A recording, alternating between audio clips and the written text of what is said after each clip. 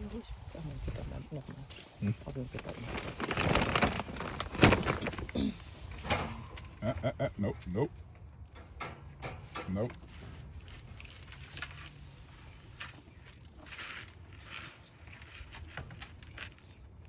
You want me to carry his bag? Hmm? Let me grab his stuff. No, that's your stuff. His stuff okay. is back there in the back seat. Okay. Nope.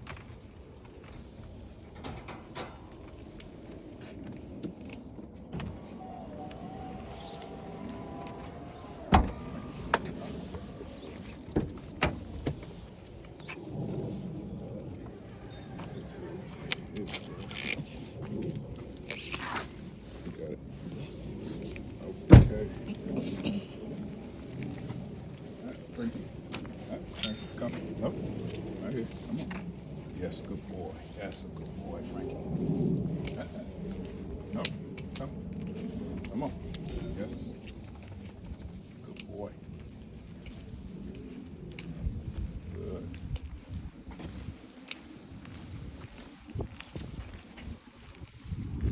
All right. How you doing? So, initial rules for reintroduction. No touch, no talk, no eye contact in the beginning, right? Because you can see he's excited. Of course, you're excited. We don't want that excitement to escalate his chaotic behavior, right? So one of the first things, let me hand you that, that's his bed. So one of the first things we got to get him to understand, this is my wife, by the way, Sheena. One of the first things we got to get him to understand that everything we worked on with me now applies to you, right? So, as you can see, he's excited, which is normal, happens every single time I bring a dog home. Because what's happening is, of course, all of his emotions that are connected with you are starting to come back up, which means if the emotions are coming out, the behaviors are coming out as well, right? So now what we got to get him to understand that he can no longer behave the way he was behaving before. So now this process is the calming down process, so to speak, right? So before we do anything that satisfies him, we have to get him to do the things that satisfy us, which means not acting frantic, not excessively, doing anything. It's okay to be excited, but I still need you to be composed, right? So all I'm gonna do right now is work on getting his attention, or what we call engagement, right? So Frankie, yes, good boy, come, good boy. So all I'm doing is hitting the stop button, right? Hitting the rewind, and then hitting play again. Now what that means is I'm gonna do that process until he realizes he has to work with me. Because right now, he's on his own accord. He wants to get inside, right? And that's okay, I understand why. He's excited, he wants to come in. But the reason why this is so important, especially in his first step, is because if we allow him to cross that barrier in this state of mind, everything else after that is going to be even more escalated. So we have to slow him down here, so that way once we get inside, it's much easier to communicate with him. So, depending on the dog, it may take 5 to 10 minutes. I don't think it's going to take too long with him because he's already starting to calm down. But this is a very important process because even in the future, this is the same concept that you're going to do when you go out for your walks, right? He can no longer dictate the energy of anything you guys do, right? So that goes back to that benevolent dictatorship, right? Because what this kind of good boy, there you go. So he was sitting down. So what this translates to is you open the door and he's a small dog. You don't see him, he shoots out the door, right? So now what we're communicating to him is just because a door opens, right, doesn't mean you have permission to run out, right?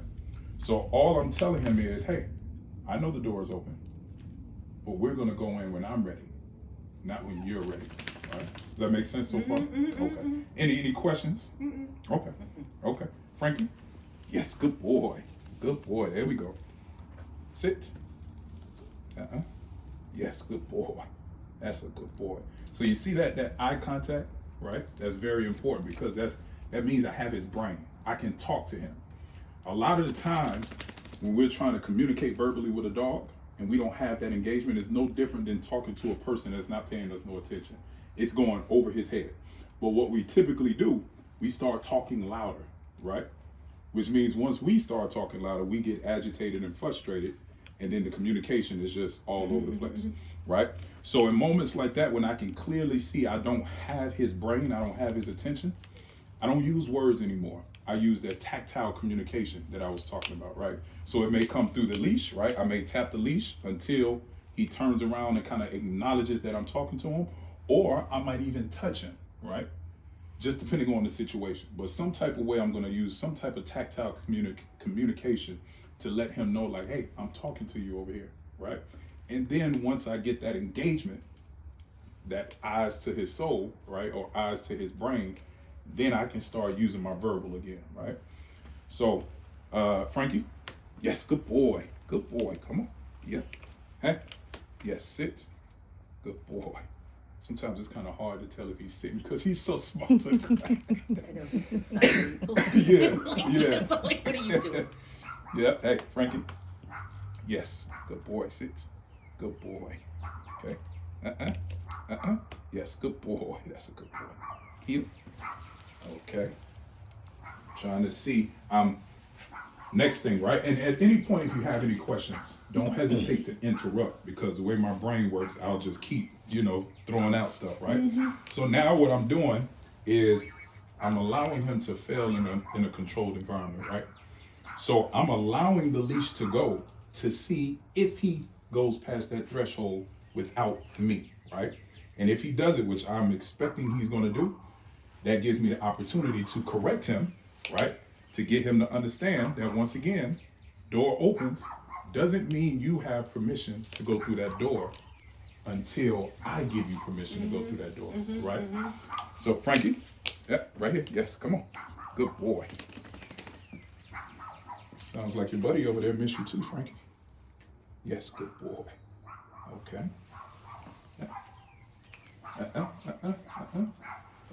Come on. Excuse me. Frankie, yes, sit. Okay. Yes, good boy. Okay, good. Okay.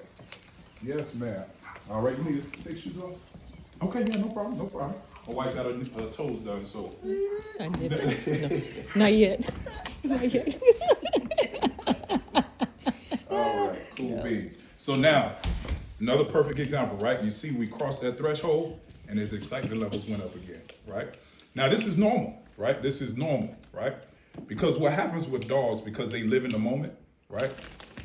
Every 5 seconds is like a new day for them, right? So unlike humans where we can project, right? 10, 5, 20 years from now, they can't even see past 60 seconds, right? If that long.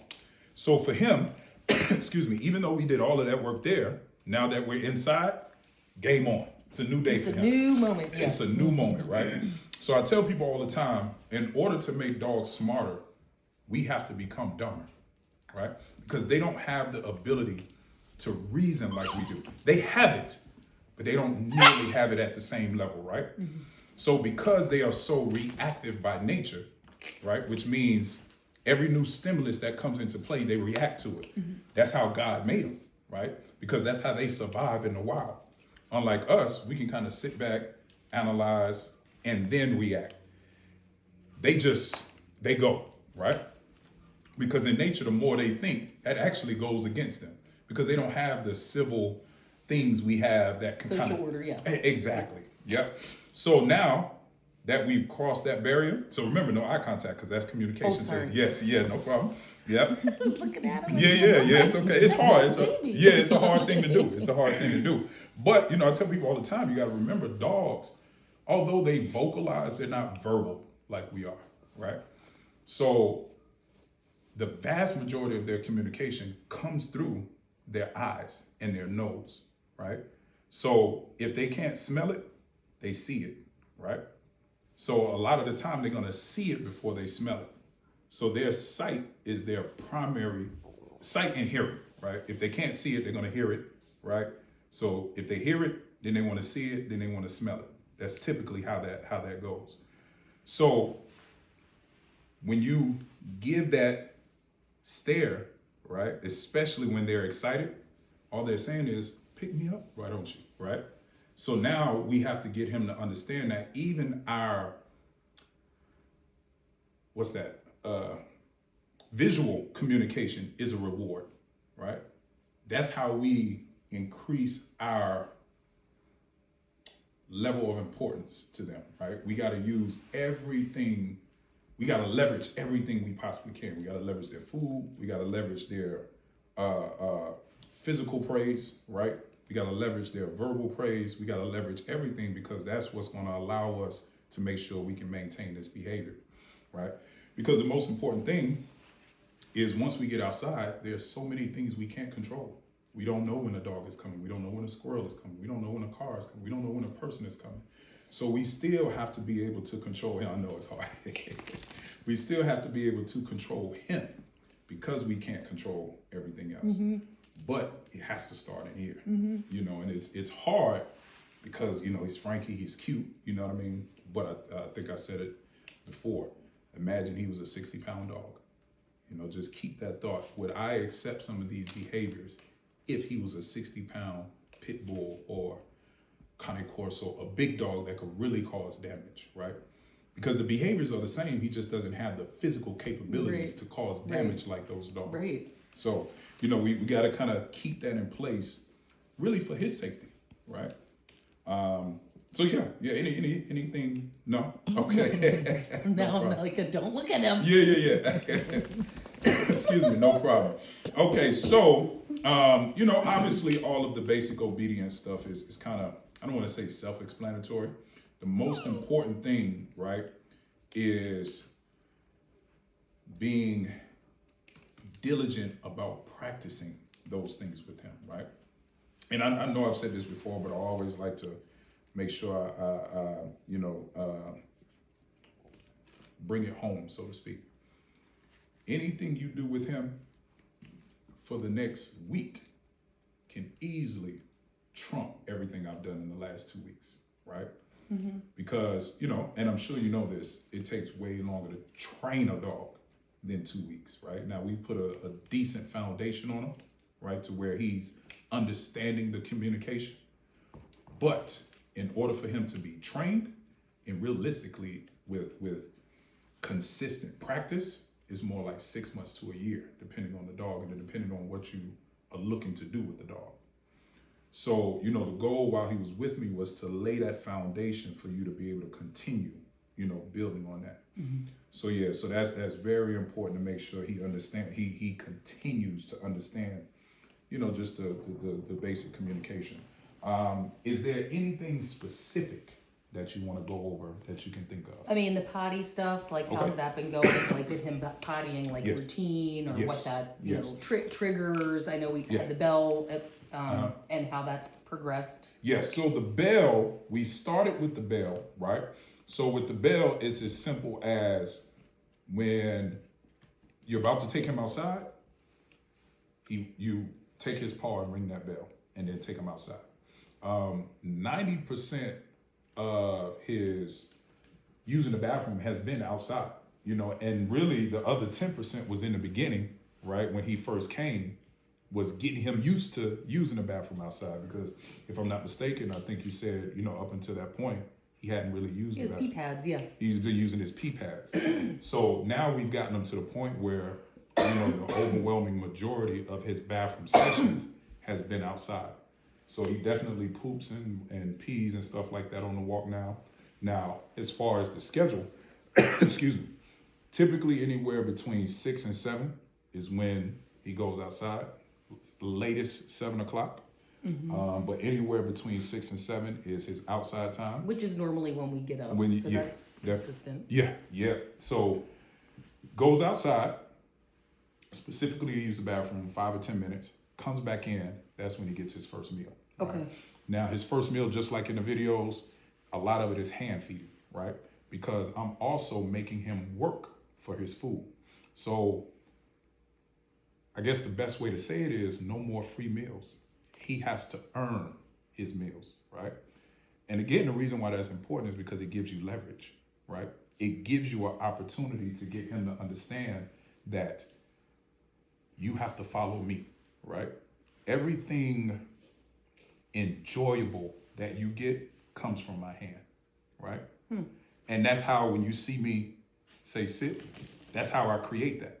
So any treat, any food comes here. So now what that does, that automatically makes the connection when he sees this, is like, oh, where's it going? What is it doing, right? So I've taught him when I do that, that means put your butt on the ground, right? Mm-hmm. When I do this, that means, what you doing, sir? Oh. No, he doesn't know how to get down, but I know it, because his back, he's not supposed to go like up and down the stairs, but he will go up like to where he is right now. Usually have a little barrier in there, which I found out he jumps. He can jump it and get up, but then he can't get back down. Because he knows if somebody's up there that he wants to go up there. So he probably is like, I can't get down, or he's scared to get down, which I actually prefer that because I don't want him to be going up and down the stairs on his own. Okay. Yeah, so he probably is like, oh shit, I'm well, let's see. No. Come on. Frankie, come on. Okay. All right. So, yeah, I forgot what was it. Oh, yes, the hand feeding, right? Again, leverage, right? So his bowl, he doesn't get his bowl on the ground. Like, he hasn't been getting his bowl on the ground where he just goes up and grazes and does what he wants twice a day. Nope. Because that takes all the value away from you. Now the bowl becomes his God, as opposed to your hand, right? Does that make sense? It does. It's just it's just interesting. Yeah. So but that's how you create that dynamic of getting him, of using all 5 of his senses to be able to get his attention, right? So again, you have sight, sound, smell, hearing, feeling, right? I use all 5 of those to communicate with the dog, right? At any moment, I could be using 3 at one time. So normally, actually, when I'm communicating with the dog, I'm at least using 3 because I'm using verbal, I'm using sight, and I'm using touch, right? So especially if I have the leash on it, that's still tactile, that's still touch. So that's, So when he eats, you're just feeding him his meal out of the hand. Yeah. I'll take 2 or 3 pieces of kibble. I'll sit. Good boy. Down. Good boy, right? And I literally do that until the food is over. Now, you don't have to do that forever, but especially in the beginning, to create that connection is very important. Very important, because that's the easiest time to do it. Right. As opposed to having to use extra treats. Right. You see what I mean? Yep. I can just use the food that he already has to eat. Right. Yeah. So that's the easiest time to do it because he's going to be most attentive because he wants to eat. Of course, yeah, he wants to eat. And I got to feed him anyway. Right. So why not make him work for... Okay, so he goes bathroom, then he'll come in and like kind of get his hand feeding. Yeah, give him his hand feeding. Okay. And then you could either do, if you want to do the pee pad, just depending on your schedule, you can put him in his area, put the pee pad, let him use that. Or what I've been doing is letting him go back outside like you saw in the pen with the other puppies. Then they spend time outside frolicking around and doing puppy things. And of course, they normally use the bathroom, do whatever they got to do during that time. So that's how I normally work that. Now, all of his meals have been before 12 o'clock. So he'll eat that first time in the morning. Then around somewhere between 11:30 and 12, we'll do another training session the exact same way, right? So hand feedings, making him, do whatever it is that I need him to do in that session, goes back outside, right? So the equivalent to that would be either you take him for a walk or you put him in there with his pee pad and let him use the bathroom on that. So he doesn't have a dinner? No. The reason why is because the closer you get to nighttime when you give him food, the more he's going to have to use the bathroom overnight. So typically, no food after 12. Now, that doesn't mean he eats less food. I just give him all of his food earlier in the day. So that way, throughout the day, he's getting all of that food that he's processed out. So that way, overnight, there's very low probability that he has to use. What you doing over there, fella? He's like, I'm smelling some familiar areas. I'm smelling he likes that little dining room carpet. I'll tell you that. Yes, man. He does. Okay. He likes that carpet. He makes sure that this house knows where he's oh boy. It's his house. So that's how I work that system. Now, about somewhere between 3 and 4 o'clock is his last water. So that's all the water he's going to get for the day. Because again, it just drastically cuts down on his need to use the bathroom overnight. So that's typically how I work that system. Now, as he gets older, You can change that if you like, because he can control himself more. Right.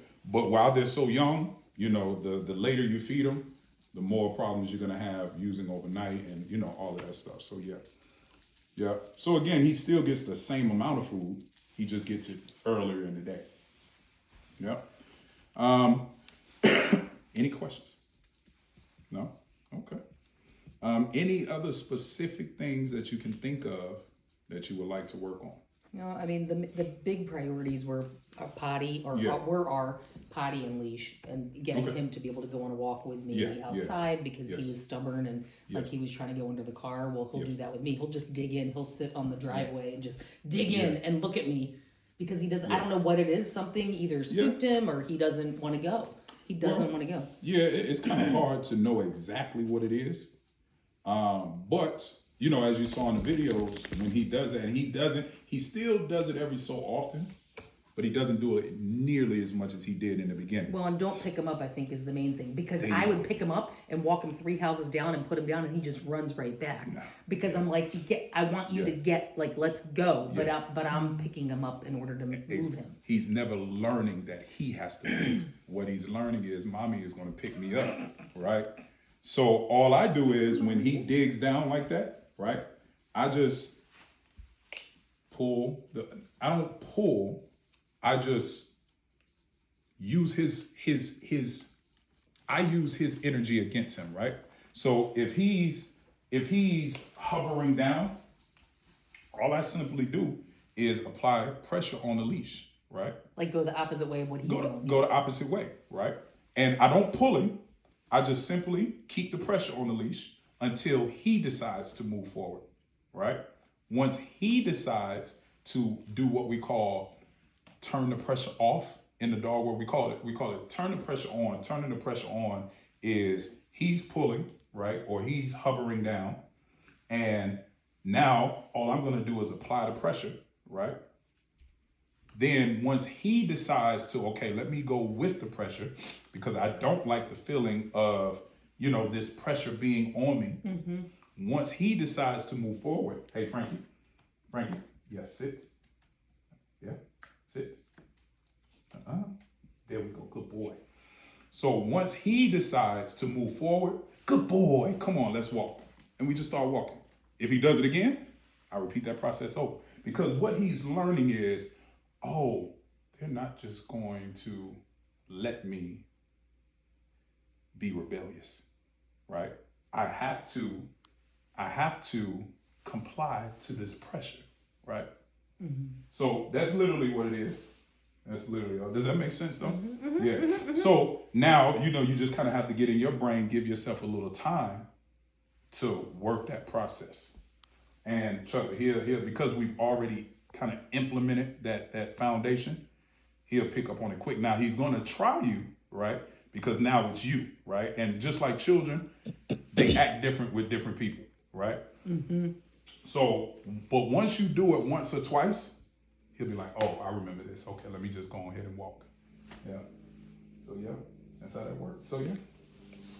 Now, there you go. He's yours. Now, what I'll say is, now this goes to when I was saying you have to switch your mindset of how you praise him, right?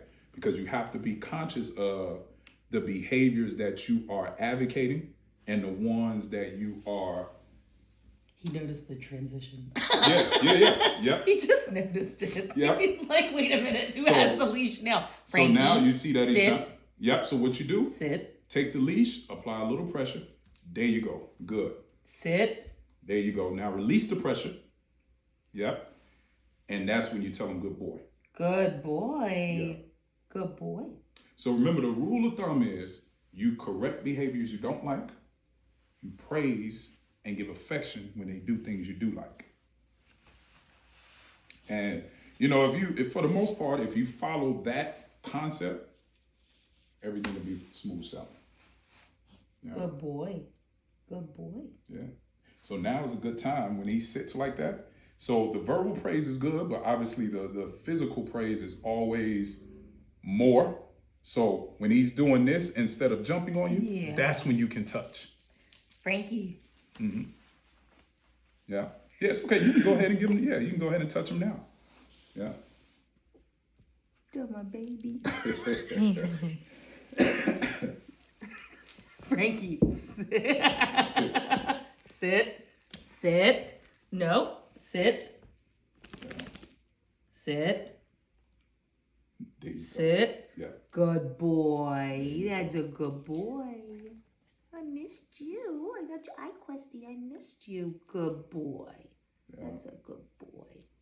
And I gave him a trainer's bath, not a groomer's bath. Yeah. There's a difference. There's a difference because you know the professional groomers are much better. That's fine. But yeah, he got a trainer's bath. You So good boy. That's a good boy. That's a good boy. yeah, yes, ma'am. Any other questions? No. Our chat's gonna stay open though in case. Yes. That as long as you keep the app on your phone, that chat will be there. It'll never go anywhere. Okay. So and then also remember you have 3 follow-up sessions too. So what I normally tell people is give yourself a week.